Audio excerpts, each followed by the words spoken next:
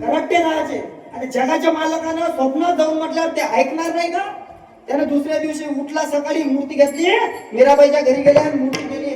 आता ती मीराबाईच्या आईने ती मूर्ती पाहिली, म्हणे बा काय गे आले तुम्ही राजो, तुम्ही आले कायच्यासाठी? रात भर रडली म्हणे माझी मुलगी त्या मूर्तीसाठी. आता कायच्यासाठी? म्हणे आई, जेव्हा मीराबाईने मला मूर्ती मागत तेव्हा द्यायची असते तर पुरत होती. रट्टे खाची पाई आली ना, माझ्या दुकान बस ना, तू मूर्ती घे बिचारे, मला जाऊ दे. नाही घेशील तर मला का उपाशी मारता का? तू देवानं स्वप्न देऊन सांगितलं. मी तिचा हे घे म्हणे. जेव्हा मीराबाईंना मूर्ती दिली तेव्हा मीराबाई शांत झाल्या.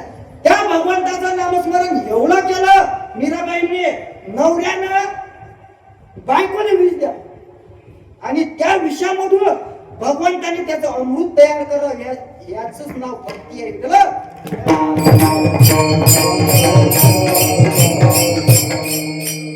त्याच्या पुढे जाऊन सांगतो भक्ती कोणी केली.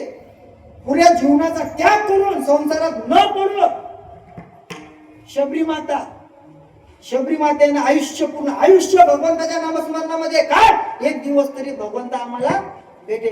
जब मैं रामजी का आवन होगा, शबरी के कुटी होगा आवन होगा, आएंगे रघुनाई तो मैं आसन पे मीठे मीठे बेर अपने.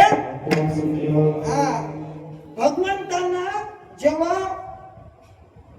जेव्हा शबरी मातेने बोरे वेचावे तर ते शुद्ध करून भगवंतासाठी करावे.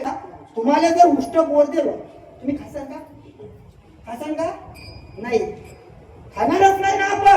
आणि भक्तीमध्ये त्या भगवंताने शबरी मातेचे उष्टे बोर खाव, तिच्या घरी जाऊ, याच नाव भक्ती आहे.